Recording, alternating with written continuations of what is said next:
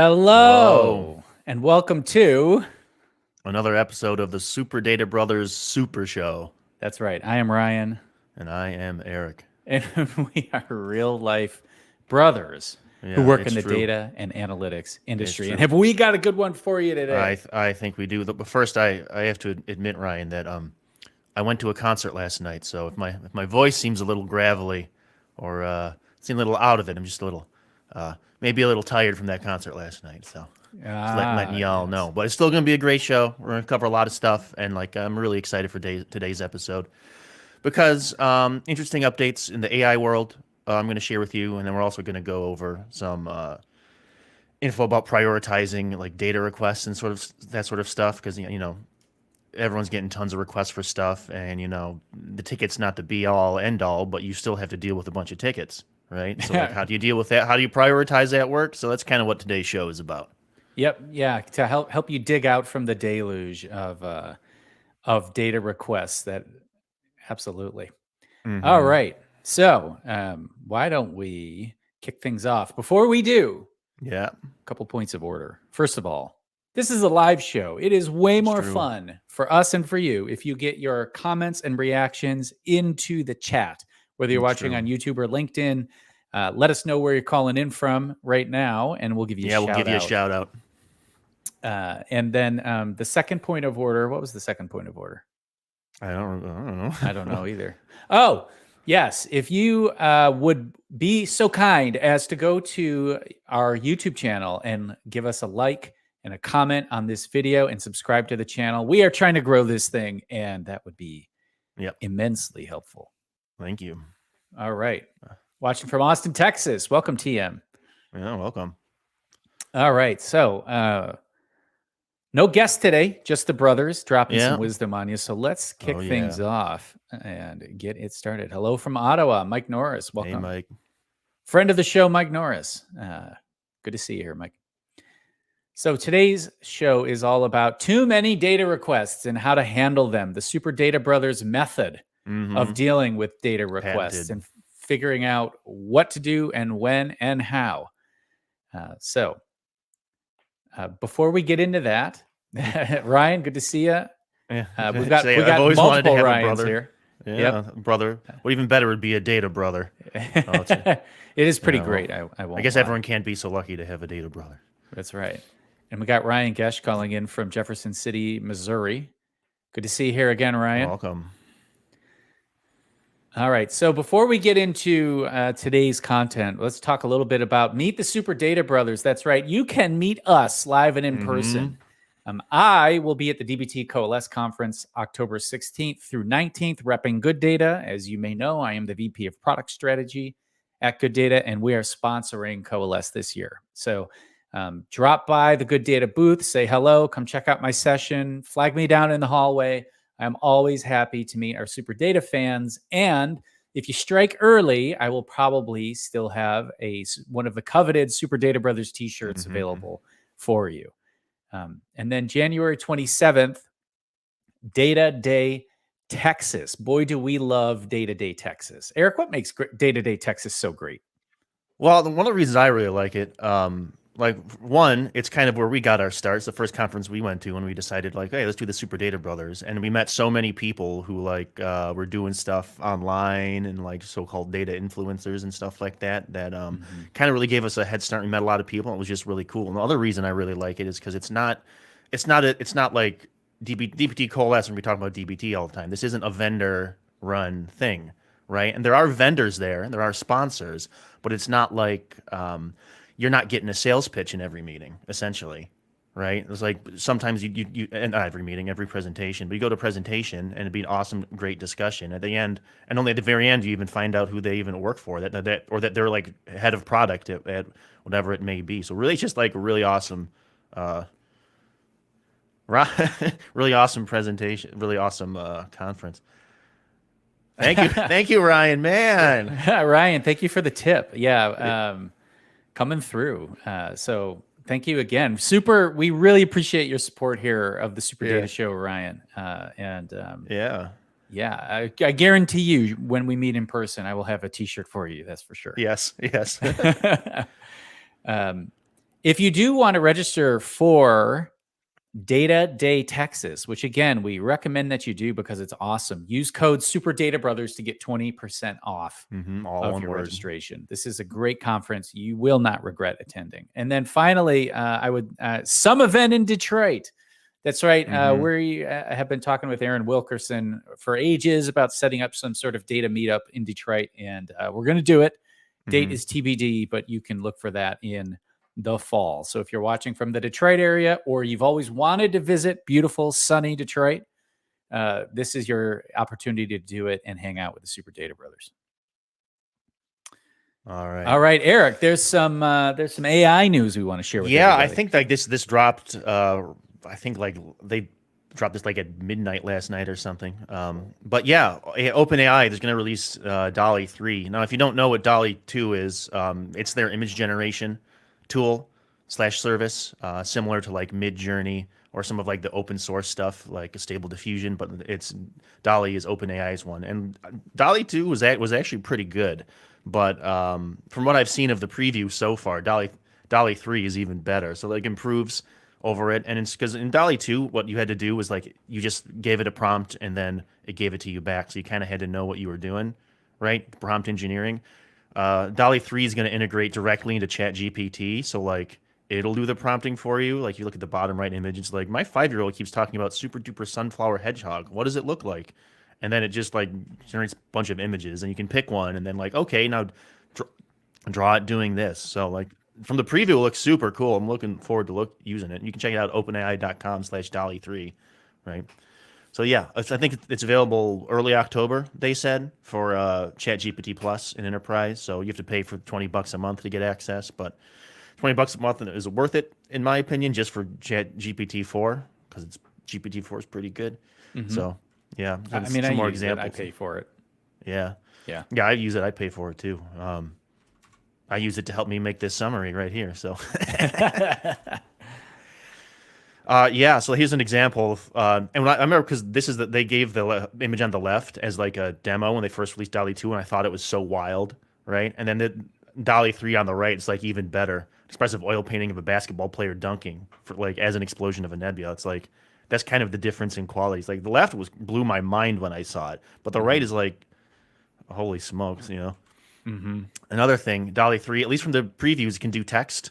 On the left-hand side, I think I was trying to make like a TV logo or something, like just testing it out with like it was like or something like that. Like look at the text that came up with Sharn Hagarn Arnold, a gnarled. Well, on the right, from one of the preview images had the text. So like I assume that means it can actually do text. So like that's pretty sweet. Yeah, and like I said, DALL-E 2 is already pretty good. This is one of my favorite ones I got using DALL-E 2 back in the day. Smiling corgi eating a donut, watercolor illustration. Now, one thing I want to talk about, Ryan, with this is like, with this improved image generation, how do you think this will affect BI at all, or because one of the big things we've been talking about with guests on the show is data storytelling, right? What's better to tell a story than like a relevant graphic to the exact specific use case, right? Yeah, I do think it will, and it'll be useful.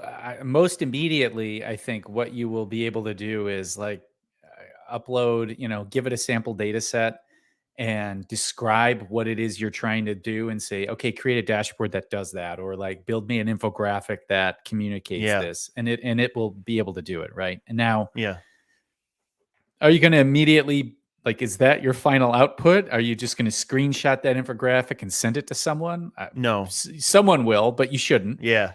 You should use it as inspiration for what you're going to build in your BI tool or your notebook or totally. Like if you're especially like infographics and stuff, like imagine I'm doing one for Michigan State University, and it's like it's about students, and I have like little cartoons of students of like MSU students with MSU logos. It's like this semester we had this many students, and it's a crowd of MSU students or whatever, and they're holding up a sign that says something relevant to, I don't know, current year or whatever it is, or the new programs. Like, so I think like this kind of like generative stuff will, as we've been saying, it won't replace like the role of the analyst or the BI person, but it could certainly enhance it, Yeah, that's the direction in the short term. And as we always say on the show, in the long term, nobody knows. Yeah, right? It's hard to like say. you can't.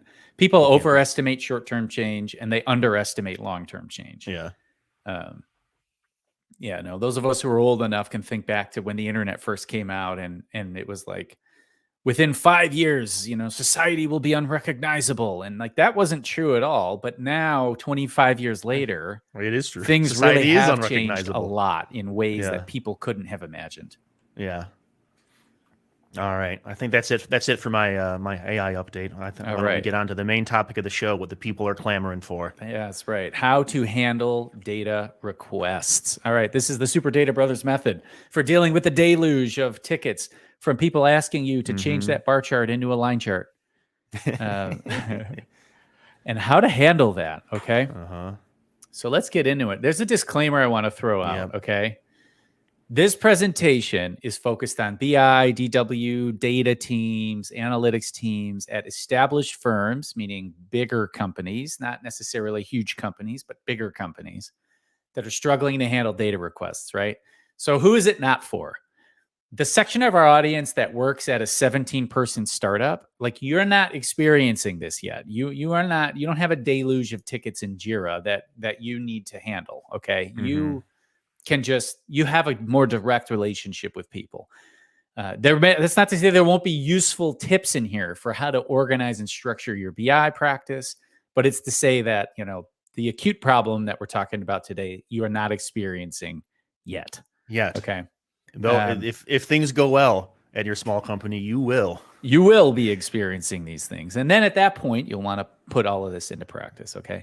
Yeah. We also are assuming like, one way to handle this is, of course, to start talking about, should we build a data mesh? Should we embrace data fabric? Should we start producing data products and embrace product thinking? I think my answer to that is like, yeah, you should start considering, especially just embracing product thinking and starting to produce data products instead of thinking strictly in terms of like dashboards or data sets. Absolutely will help with some of this, but it's beyond the scope of today's discussion. Okay. So yes, you should do that. Like we have great episodes about that. Go back to the Shantona Tuli episode to, like just blowing my mind every 5 minutes during that conversation, dropping knowledge about data products. Go watch that and Mm-hmm. incorporate that thinking into your practice 100%. Right. But that's not going to be our recommended solution to this. Okay. Um, the process we described can help bridge you to some of those approaches. So keep that in mind as we go through. That Yeah. like we're not here to say, yeah, build a data mesh, right? But you should consider building a data mesh if you're big enough to have the problems that a data mesh solves. And Mm-hmm. this could maybe be a step towards that in thinking, a very small step. All right. So the first step is to recognize that you have a problem. And I just took some Oh yeah. screenshot of a ticketing system, right? But um, you know, uh, you're not going to fix the fact that your team is overwhelmed by managing all of these tickets until you recognize that like what you're doing today is not working. And I think the way this is most acutely felt is in situations where I often say, one of my jobs I joined, and we had this a gargantuan backlog of tickets, right? And then 4 years later, I left, and we had many of the same items were still in the backlog. Mm-hmm. And our end users were, when we did our monthly or quarterly prioritization, we would ask them, "Hey, do you still need this?" And they would say, "Yeah, I really want that." Um, so some of those things have been in for like 8 years when I left. That is a sign that you have a problem, and so today we're going to help you try to solve that problem and get out of the habit of letting the ticketing system like drive your Yeah. BI department. And instead, you are in the driver's seat, and the ticketing system is a tool to help you. What is like? How do I mean? Are you guys experiencing this today, Eric? Are you overwhelmed by tickets? No, we've got a decent handle on ticket intake. I mean, as always, we could still do some reprioritization. We could still up our game as far as when it comes in, like just kind of how to classify it. Right now, it's kind of just we're relying on the expertise of each individual to know how to handle things, right? So like we get tickets in, but the volume's not unmanageable. Areas of growth for us, maybe something like more standardization as far as response to tickets. If something's like a low priority, low effort, what do we do? High Mhm. priority, high effort, what do we do? That kind of prioritization. And luckily for everyone watching, I think we're going to get into some of that prioritization later on. Yeah. So why is this even a problem? I mean, first of all, servicing Yeah, tickets sucks, right? It's just not it's no fun. fun. Right? And also number of tickets are what we call a fake ass metric. Oh yeah, It is how much? not is often it's the fallback metric of someone whose data practice is like not achieving business value to Yep. say, look at how many tickets we were able I've to I've take had care that of. in the past where the department I was in, like every month, like each department was evaluated by number of tickets closed Hmm. or And whatever. and It's like it's fine. It's not a it's well not ticket yeah tickets closed are like how many are still open. It's like not a all it gets you to like change your behavior in a way that doesn't actually make anything better. It just makes your metrics better, that's right? point number 3, right? It encourages you to think of the data org as a service department that Yep. people just come to. It's like, I need my tires changed. Uh huh. I go, I get a rotation. It's a service department rather than a problem solving team. Yeah. Um, and if it often forms a barrier, like I will tell you in my interactions with my own IT department that I will try not to. There are times when I will just not do something because I know I will have to go into the ticketing system and create a Mm-hmm. ticket, and I just don't want to do it. Right. Yeah. And that is happening to data teams all the time, I think, where it's like, yeah, I really need this data, but like I actually just don't want to deal with Jira or ServiceNow or whatever it is. Mm-hmm. Type up this And big thing or whatever. right, I just don't want to There are deal with all that these fields I process. don't even understand. Uh-huh. I have to Exactly. ask people what I should fill out. Who should Right. I route this to? That sort of Yeah. stuff. And Yeah. the ticket, like it creates this distance. And again, this is not an argument, right? For get rid of your ticketing system. Oh no, you still need a ticketing system. Absolutely, but the problem is how you use it and how you let it drive you instead of you driving it. And Mm-hmm. that's what we're going to talk about today. So how do you get out of the process of dealing with it? Well, you need to start thinking about how you categorize your tickets and what you do with each one of those tickets when it comes in to have a good answer for all the different types of tickets that reduces the work on you and lets you focus on what's actually important. And the first way you do that is you define what is valuable to your organization. This is the Chris Tabb thing, right? He's the master of this, of identifying what is valuable. Go back in the archives, watch the Chris Tabb episode. He's got some really good advice on how to do that, right? So what's valuable? Well, how well do you understand the business need of any individual ticket or of the departments you serve? Really, right? Mm-hmm. And in a way that can be tied to what we're calling here Bill Inman's 4 signs of value. So this is something we heard at Day to Day Texas last Yeah. year. Another plug to Day to Day Texas. Yeah, Bill Linden was there. He dropped some wisdom on us. and he'll be there this year too. Oh, cool. And so, right, he gave this great piece of advice, which was over the course of his career, if he could tie the work he was doing to one of these 4 things, am I helping my employer or my client acquire customers, retain customers, grow revenue, or reduce costs? Okay. If Mm-hmm. I can tie my work to one of those 4 things, then I feel pretty good about what I'm doing and I'm not worried about losing the client or getting laid off, right? Yeah. If I can't tie it to any of those things, then I have a problem. Yeah. When Okay. it's time to trim the fat, you might find yourself trimmed if you can't Yeah, if you can't justify it. right. Like when times are good, it's easy to do projects because they sound cool, right? When times are bad, you have to be doing at least one of these things and ideally more than one, right? Mm-hmm. As a department, ideally your data practice should be doing all 4 combined across, the many different parts of the organization that you work with. And so you need to ask yourself, are you doing these 4 things or not, right? Do your users perceive your work as valuable? And it's not just so it's these apply to your department as a whole and to any individual ticket, right? Does this ticket lead to one of these 4 things? Do my users perceive this ticket as valuable? Does leadership perceive this ticket as valuable? And will it move our data practice forward? Okay. Um, and part of that comes to like, do you have a vision for your data practice? Mm-hmm. Excuse me. Do you know where you want to go? Is there a purpose to it beyond answering tickets? There, like, you have to have some of that vision. This is for those of you who are in leadership. Yeah. This is what you provide. One of the key things you provide is like, Yeah. what do we want to do with this thing, right? What is our goal? And not and it can't just be answering tickets. So Yeah. this is, the most important part of value in my mind is, of course, Bill Emmons' 4 signs of value, but all these other things factor into it as well, right? And ideally, the ticket that is most valuable ticks all these boxes. Yeah. Talking about vision, like your organization certainly has a vision statement or internal vision statements, or maybe they have ones they publish publicly, right? So if your company has a vision statement, like your practice, your data practice should have a vision statement too, essentially, right? When someone comes to you, like, so what do you guys do? Like, what are you moving towards? Like, what are your goals? It's like, have something to say besides, oh, we just keep the ship running, you know? Exactly. Don't let be able to tell people where you're steering the ship, not just that the ship is up, that the ship is sailing, right? Right. Right. And organizations that really are just focused on ticket delivery, they are in the ultimate, like, we're just keeping the ship sailing position. Mm-hmm. And it's, I personally, and I think most of our audience are not the type of people who enjoy that sort of work, right? You want to be Yeah. doing something important. I'll You do want to cool see the stuff. outcome of your work. Yeah. Right. So the second part of the method here is you ask, of course, how hard is something?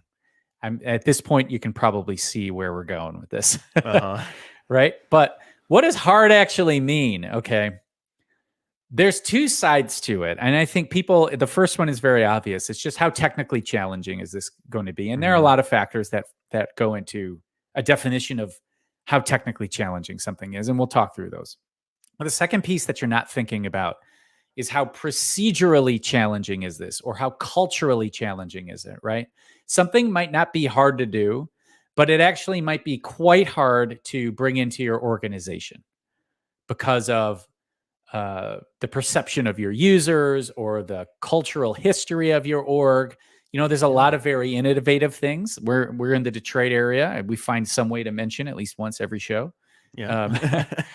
We're in the Detroit area. There's a lot of manufacturing around here, right? If you're in a data team at a manufacturing firm, there may be a lot of cultural resistance to very forward-looking, cutting-edge ways Yeah. of presenting data, for example, right? So hard doesn't just mean, is it a complicated pipeline? Is the SQL hard, right? Will it be a challenging report to build because the logic is difficult? It also means, like, am I going to have a hard time achieving this end because of the way my organization is structured or the way my users think or behave?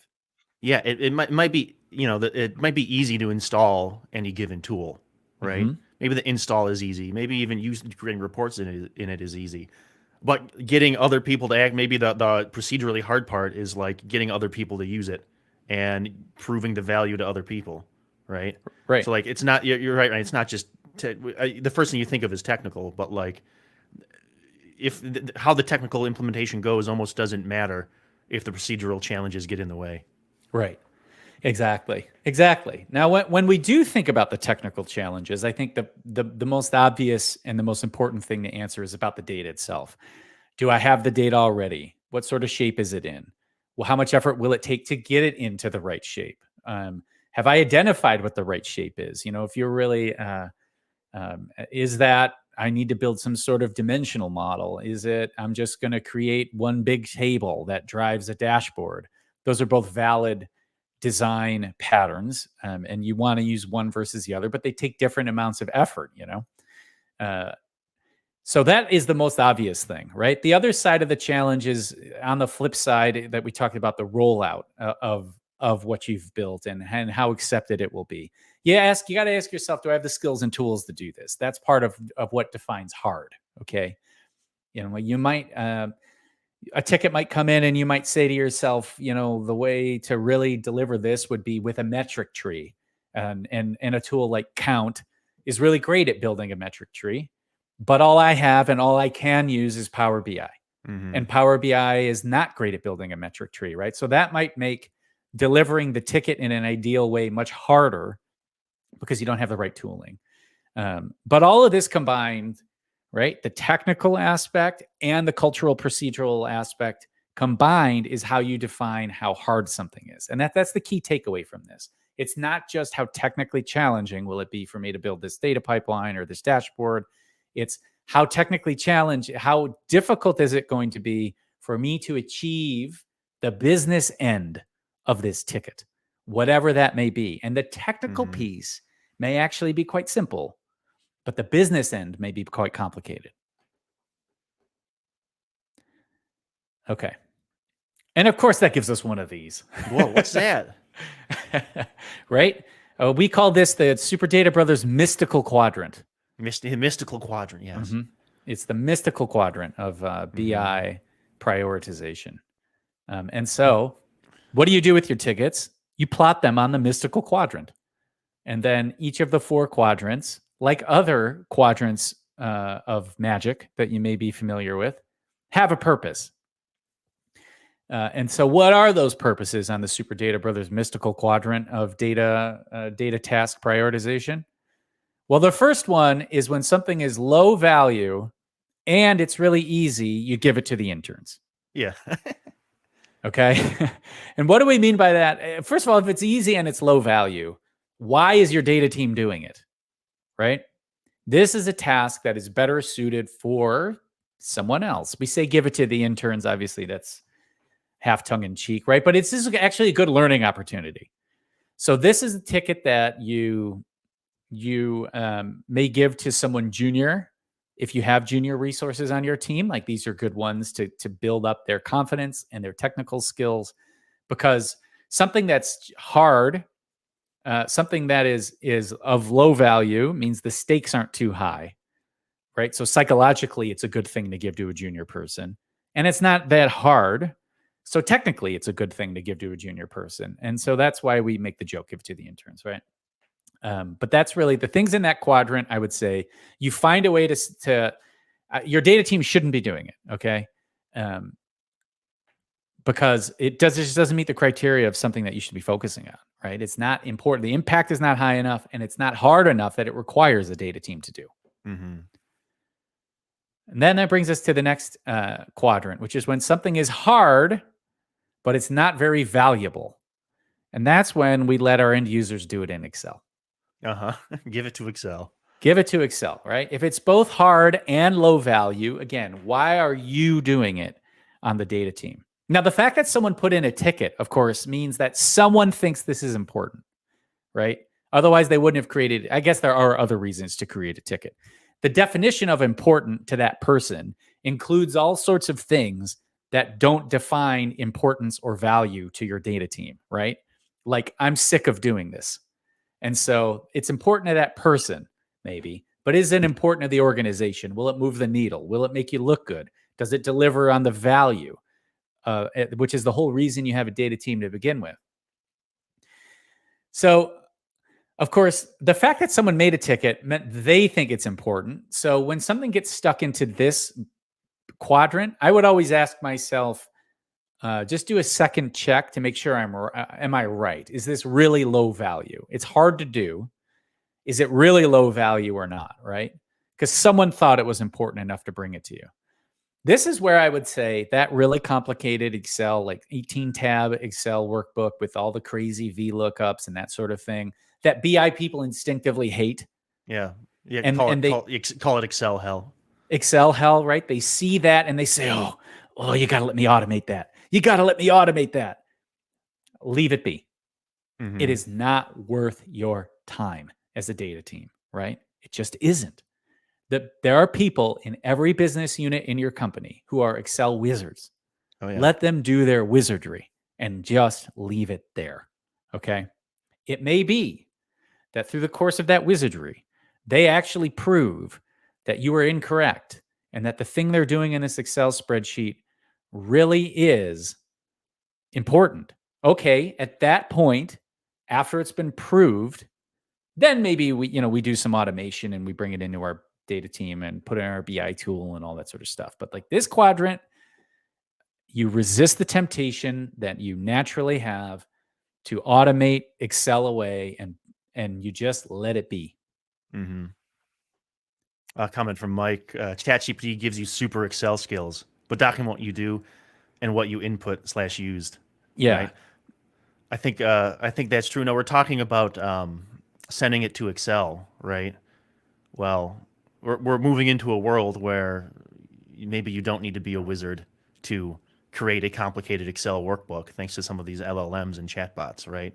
Yeah. So I think that's just an interesting point that like we say send it to Excel, but maybe in 2 years it'll be talk to the bot, right? Maybe that quadrant will be called talk to the bot instead of send it to Excel, right? Like, oh, this is hard and it's not that high priority. Just ask the robot to do it. You know, maybe that's what it's going to be instead of send it to Excel in 2 years here. Yeah. Yeah. And I mean, it's good news for me because I actually stink at Excel, You know, which is, I'm okay. I'm I've not a often, wizard. I'm okay. it's funny because like I don't know. I started in BI. I didn't, like the analyst to data career pipeline Yeah. that is so common where it's like I was in the business Mm-hmm. and I discovered I loved data through being the Excel wizard, and then I got into BI, or I became a data engineer. I didn't have that journey. Like I started as a BI person, and so Same. My internship in college was with like BI consulting. So right, yeah, I was right into BI. yep. All right. All right, so that brings us to the next quadrant, which is self-service or rapid workflow. Um, So what is the self-service or rapid workflow? And I see we have a comment from Ryan. So go ahead and automate it. You aren't being clear enough. Yeah. I Uh-huh. mean, if you're going to be using ChatGPT to automate it, I would just let someone else do it. Is my point, Yeah. because it's not high enough value. You've got too much going on to worry about something that's not high enough in value. Something that is valuable is very valuable and is not that hard. Okay. I would say you either kick to self-service if you've developed a strong self-service program, or you need to have some kind of rapid workflow for stuff that is valuable and easy to deliver so that it doesn't get stuck in, this it doesn't get mired in the overall prioritization process. It's like a fast lane. Yeah. Yeah, because you need yeah, I think this prioritization is useful because if you just like going each ticket in the order they can't come in essentially, and like this ticket has been open for 3 months and our metrics are based on how old tickets are. We need to close it. You spend all your time working on stuff that might be give to interns or give to Excel when there's like something like high value that you could use a rapid workflow just to get it done with, right? It goes back Exactly. to saying that like ticket metrics are essentially useless for like actually evaluating like how a data practice is performing. Right. Right. The ticketing system is not a very useful indicator of whether or not you're delivering value, right? It's Hmm. just not. Right. So when we say self-service or rapid workflow, like, you know, the thing we don't mean is like, oh, just have them do it in PBI desktop. Good luck, right? Hmm. Um, what I'm talking about in this quadrant is like you need to design a self-service environment, like a supported environment. You may use PBI desktop for this, right? I'm not knocking Power BI desktop. That's not the point. The point is that this is like where you are supporting the users, right? To deliver insights, to deliver value with your oversight and backing, but to actually do the development themselves, right? This is the type of thing that will make you look really good and will make your self-service practice work. So you get a ticket that comes in, you assign it to this quadrant, and this is the teach a man to fish quadrant, where you go in and you say, okay, this is worth our time, but it's pretty easy to do. Maybe we already have a semantic layer set up that has most of these metrics. And what we're going to do is we're going to teach this person how to use our self-service tooling or to pull our data, the data we've prepared for self-service or whatever that is, right? The other great thing about this quadrant is you learn so much by interacting with users in this way. And this becomes like this is the quadrant where you go to. The stuff that you do here over time shifts everything to the left. It makes everything easier because you're discovering new metrics. You're discovering new systems it's got data you want to pull into the data practice, right? Over time, everything gets, ideally, if you're designing the practice right, everything does get easier. So that's when we talk about, like, having a semantic layer, having an actual self-service process where you're supporting people. You're not getting in their way. You don't want process to get in their way. You want it to be a supportive thing, right? And if you don't have this, build it, right? It's also like the rapid workflow that I talk about. I actually designed one of these a while ago, much earlier in my career, where we had this super onerous ticketing system. It was like really, it took a lot of time to manage the tickets and report out on how we were doing on the tickets and all that sort of stuff. And I just designed like a fast lane, where it was, like, look, if someone puts in a request and we know it's easy to do and it seems like it's high value, we're going to fast lane it and we're just going to do it. We're going to set aside a certain amount of our time as a data team. I think we set aside like 20% or something like that for fast lane requests. So we know that we're able to just deliver on these high value, easy to do tasks rapidly. And it just hugely improved the perception of our data team in the organization. Because suddenly people were not waiting for what they perceived to be, and they perceived accurately. They weren't waiting for these easy tasks that they just had to wait like months and months for these easy tasks to get done that they perceived were quite important, and we agreed they were important. And so that's really kind of the two things you do in here. Now we have a comment from this is one of the beauties of StreamYard, is everyone on LinkedIn is shown as LinkedIn user. But thank you, LinkedIn user. This quadrant also allows you to create data champions, helping to move the needle on data-driven culture. Exactly. That's exactly what this quadrant is for. This is the quadrant where you like get your big wins with the user base, and where you can create data champions, and you can really, that idea, we want to be a data-driven company, to your point. Like this is where a lot of the data driving gets done. Yeah. I looked on LinkedIn. This is Richard Ashton. Thank you, Richard. Thank you, Richard. Yeah, Richard makes it to most. Yeah, there you go. Oh. Thanks, Richard. I checked on LinkedIn too, but of course LinkedIn isn't updating, and so I couldn't see who it was. Yeah, I could see it. So much. Thank you for the comment, Richard. We need better integration here. Okay. Yeah, thank you, Richard. All right, so that gives us our full quadrant you see here, and the full quadrant you can see, of course, the upper right on the mystical quadrant is these are data team projects. This is where you move the needle with leadership, as opposed to the quadrant to the left, the self-service or rapid workflow. I think you're moving the needle with kind of the mid-level management and your end users, right? The data team project is obviously, and unfortunately, I don't know where the rest of this content went, but the data team project is obviously where your data team shines, right? So this is very valuable. It's very hard. It's going to take us a long time to do it. We need to plan for it. We need to have our resources in line. This is where you're going to end up acquiring new tools, potentially, or bringing in, potentially bringing in outside help to help you get some of this stuff done, if you determine you don't have the internal skill set.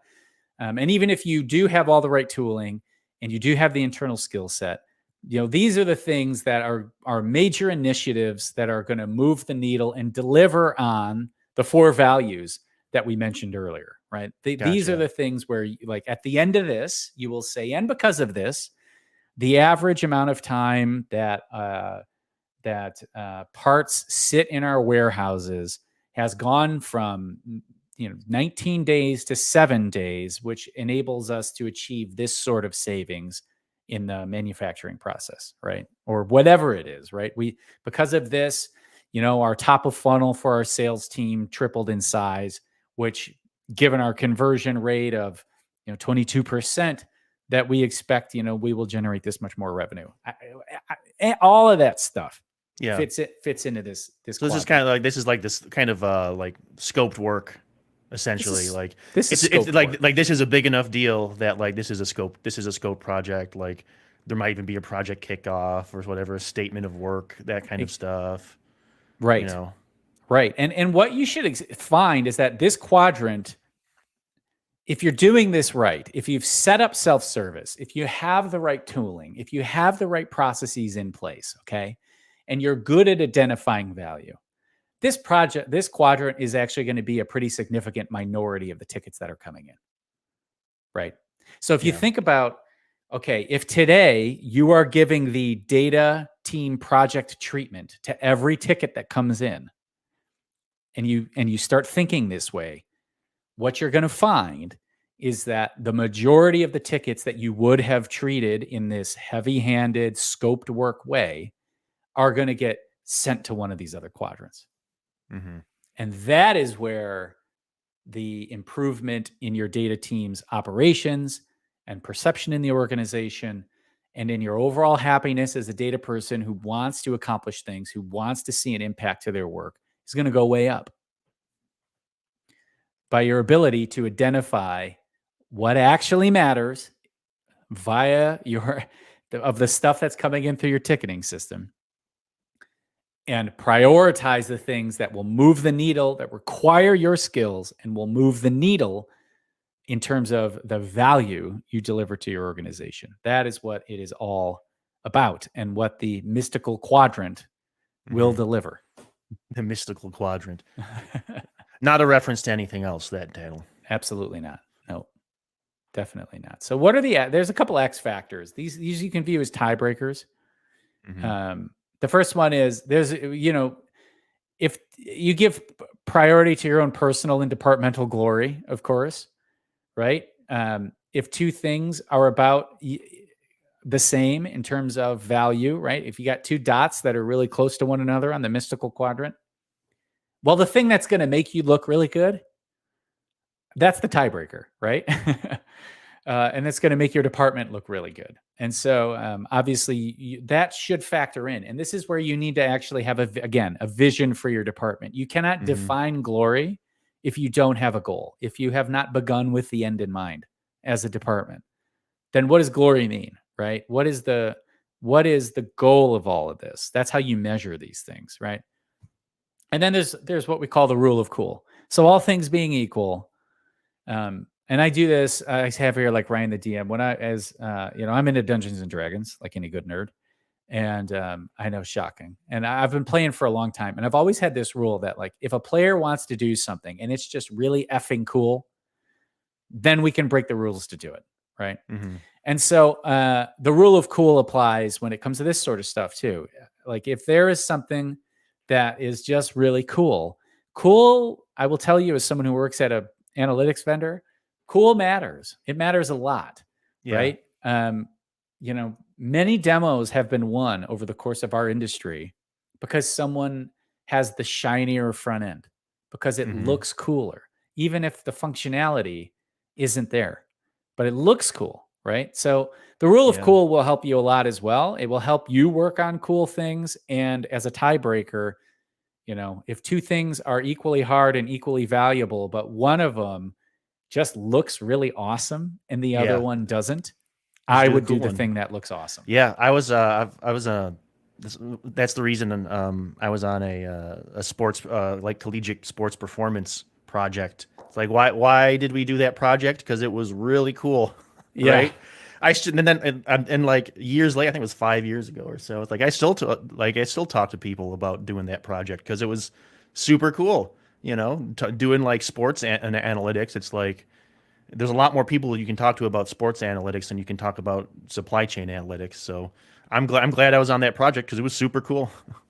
Yeah, and we got a lot of run out of that, like at conferences and everything. I mean, we would present that, and like I presented that at Think one year just because it was super cool. Yeah. and you had a really full room of people who wanted to see it. Yeah. Um, Laura says the rule of cool sounds a lot like surprise and delight. Yeah, it is exactly that. It's the Uh-huh. same thing. Uh-huh. It just rhymes. Yeah, the rule of cool. It's I like you said, all else being equal, the thing, do the thing that is cool. And so that is overall the last thing we would say is like so let's say you put this into place, okay? One of the techniques that you're going to want to use over time is to try to be lazy. And what does that mean? I have this friend Yatsik who assures me, he's a software engineer. He assures me that a lazy software engineer is a happy software engineer. And what that means is that you want to make things less hard over time. You want to move things to the left. You want to Make it so you design don't it. have to think. You make it so you don't have to think as hard. You don't have to think as hard. You just make your job easier. You move things to the left. And how do you do that? You do that with foresight in your design, right? You do that by modeling data for reusability. And you do it by having a goal as a data team and working towards that goal. Okay. Mm-hmm. So, how do you make hard things easy? That upper left-hand quadrant that we have here, that was the self-service and rapid Yeah. workflow. You build that out. Like that in general will move things to the left, okay? Because the things that you're going to want to build for self-service are actually also going to help your data team. If you go through the effort of building out a semantic layer, that will make things easier for self-service because there'll be a place that users can go to interact with these metrics that have been prepared and are accurate and are easy to find and easy to understand. But that will also help your data team enormously, and actually all the downstream teams for the metrics layer. I would use, in a lot of ways, that the 80-20 rule, like 20% of your metrics are maybe delivering 80% of the value. And so those are the 20% that you want to have really well-defined, well-modeled, great performance. You want to be integrating it into your CI/CD and having version history so you can explain why this metric changed and when and who changed it and what happened with the code and all that sort of stuff, right? It's more effort, especially like if you're on a data team that's used to kind of we're churning out Snowflake tables and each Snowflake table powers, there's a one-to-one relationship between Snowflake tables and Tableau dashboards. This requires more work up front to do this sort of thing. But once it's done, you have shifted everything to the left, right? Because everything after this is easier once you've put in that work. We have semantic layers, baby. We love semantic layers on the show. Now, of course, self-service is a goal. It's not the goal. As a friend of the show and previous guest, Aaron Wilkerson says, self-service is not a strategy. Okay. It's a feature of your strategy. And so keep that in mind. I've talked to a lot of data teams over the years where they're just like, we just wish we could get to self-service. We just wish we could get to self-service. And I think one of the things, because they're thinking, oh, then I won't have to do this crap. Then I won't have to do all this crap. Exactly. I honestly think thinking of self-service as the goal is an impediment to having it as a goal, because it shouldn't be all you're working towards. It's a component. It's a program that you're creating, as opposed to, the purpose of your data, your overall data practice. And I actually think we're seeing a recognition of this. For a long time, self-service was like the goal. It was the only goal. And the dream was like, we're just going to have end users building stuff. Right. And it's not going to happen. Even with AI, I think it's not going to happen. It will happen a lot more, is my prediction, right? End users will be able to do much more with a chat interface. than what they can do today with even the very good UIs that we have built into BI tools. But there's still going to be data professionals doing data professional things Mm-hmm. for the short and medium term future. Again, in the long term, who knows? I also have, the second idea is automate to vegetate. And what does that mean? That means that you can really nowadays, by embracing analytics as code, and this is a shift for people in their thinking, because we're so much of what we've done over the years is to make UIs for everything, right? But by embracing analytics as code, you can set up these systems that do things like you can detect schema changes. You can propagate those schema changes automatically into DBT, right? You can automatically do the transformations. You can, if you have a BI tool that has declarative APIs and SDKs and that sort of stuff, like good data, you can automate the front end, right? So now you've got this end-to-end automation that is like detecting changes in an operational system, propagating it through to the analytical system, and then propagating it through to the user-facing objects. And does this take more work up front? Yes, absolutely. But, if you combine like the idea of a semantic layer with this idea of automation, you're entering a world where you've shifted a lot of stuff to the left in terms of the complexity in terms of the how hard it is on the mystical quadrant. That's the big part of it. Is more effort today, if done right, equals less effort later. And stacking up these wins consistently will also make the cultural impediments that we've been talking about over the course of today's show easier. And one thing I want to add is like more effort today equals less effort later. That goes for this semantic layer stuff and all that stuff. But even like the first step, right, of effort to make things easier could just be to like look at the tickets that are coming in and be like, okay, what type of tickets do we usually get, right? Or maybe you'll find like, oh, we're getting tickets to convert this to PDF or something. I don't know, right? And then maybe you do work around like, okay, how do we make that easier for ourselves and the end user, right? Maybe that's like before, like maybe going just changing your tooling isn't like in the option in the immediate future. Like there's stuff you can do in the immediate future, like just by looking at your tickets, right? And almost categorizing them in the quadrants, and then within those quadrants being like, how can we make these specific types of requests easier, right? That's one thing I'm trying to work towards. Yeah. Because Eric, you actually manage this stuff. Yes. So right. this stuff does affect me. Yes. So yeah, and it's I of course am not in this. My day to day is not in this realm anymore. But I spent a long time first myself working on one of these teams, and then these teams were my clients for many years, and so I've kind of seen all the ways in which you can get bogged down. There's also this thing that like people who are fascinated by or enjoy systems like are attracted to the data world because you get to work with and build these systems. And then they have a tendency, I find, to like they design a system for their department, and then like they let the system becomes the master, right? And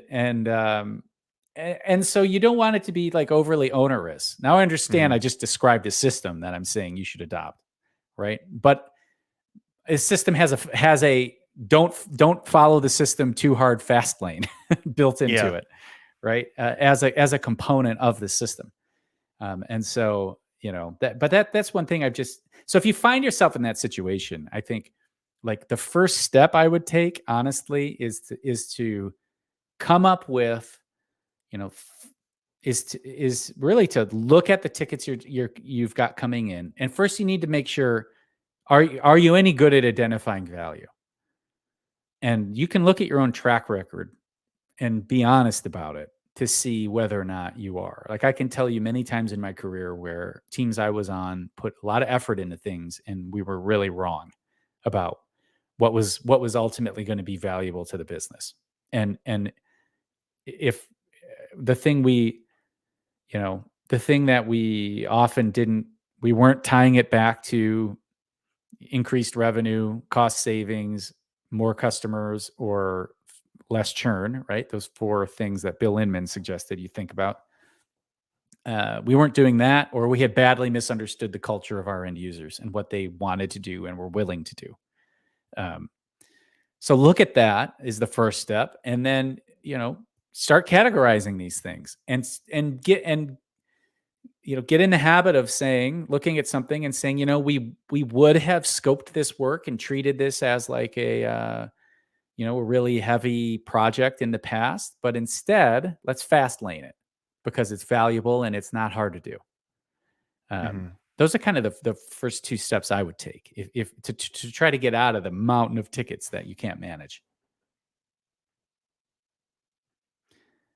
All right. And I think the last thing, what about AI? So it's come up actually in the comments over the course of this conversation. And I don't know what AI will bring, and neither does anyone else. No. It'll bring cool stuff, I'm sure, but how that exactly ties into everything, and we'll have to see how it plays out. We can make guesses at the future, but no one can see it. So I mean, in the short term, like what you're going to get from virtually every BI vendor, at least, is a chatbot sitting on top of a dashboard that can answer questions about the dashboard, can identify outliers, can help you do new calculations, and can build visualizations. Okay, every vendor is working on that. My interest is in what experiences go beyond that, right? Both the ones I can imagine that are more about finding and defining metrics, exploring data sources, and helping you build systems rather than answer questions. So like, how can AI help you integrate tools together? How can AI help you embed data in places that are closer to the decision maker? Those are things that I'm really interested in right now. But even I think there's a realm, these are the obvious applications. And there's a realm of the non-obvious that I don't know. I have yet to meet the person who I feel really confident has a strong understanding of. Yeah. That just depends on where the tech goes, to be honest. Right. And no one knows that. Nobody knows that. All right. So Ryan, does that cap off our conversation on the mystical quadrant? And that is the end of our conversation on the mystical quadrant. So we'll just pull it up one last time. The Super Data Brothers mystical quadrant, which tells you what to do with your data requests coming in through your ticketing system, where to put them. So here you can see the mystical quadrant, and really, this is a guide to help your data team focus on the most important stuff and to know what to do with the other stuff, how to make people still feel supported while without stretching yourself too thin or committing too many hours to things that don't deliver real value for your organization and your end users. All right. So anything else we should hit before we wrap her up today? No. Oops. I'm trying to bring us back to. No, just another shout out. If you want to meet us, DBT Coalesce, you can meet Ryan, Day-to-Day Texas. You can meet me and Ryan. And then there's some event coming up this fall. We'll tell you about it. Probably in October. Probably. Fingers crossed. We'll see. Yep. There will be some sort of data meetup in Detroit. So I look forward to meeting some of you at that as well. Yep. And I think that's all we have for today. I think that's it. What shows do we have coming up, Ryan? Yes. So next week is a TBD. So we will be announcing the topic on that soon. And then the week after that, I believe, we have Joe Reese, data engineering globetrotting superstar. Joe Reese will be joining us to talk about all things data. Joe is like a sage in this arena. I really love talking to him about anything. Joe's just a really cool dude. And then the week after that, it's not 100% penciled in, but we're looking at Rachel Sue, who's the product manager in charge of IBM's Cognos. I know many of you know us from the Cognos world. And we'll be having Rachel on to talk about Cognos and also just like what is it like to be a product executive in charge of a BI tool? Like, where do they see the market going? How do they prioritize features? How do they make decisions? So if you have Cognos questions, and I know a lot of you who watch us do, make sure to join us on that episode. I think is October 12th. That's not 100% set in stone, so we may end up having to swap that out, but that's what we're looking at. And then we've got a lot of other cool stuff coming up too. So if there's someone you would like to see on the show, by the way, reach out to me. Just DM me on LinkedIn is probably the easiest way to do it. We do take that seriously. We've had many people who have been suggested to us by our Super Data fans on the show. So let us know who you would like us to interview, and we will try to set it up. All right. I think that about caps our conversation there. All right. So I want to thank everybody for coming today. It was another great episode. Of course, you can tune into us every week at the same time, 12 o'clock Eastern, here on LinkedIn and YouTube. And do us a favor, jump over to YouTube, like, comment, and subscribe. It really does do us a world of good when it comes to growing the channel on YouTube. We're cruising up on 2,000 subscribers, which will be quite a milestone for us. And so go ahead and visit us on YouTube if you're used to watching us on LinkedIn. Check us out there too. Yep. All right. And until next time, I am Ryan. I am Eric. And we are the Super Data Brothers. Thank you. Stay safe, everyone. Bye. Goodbye.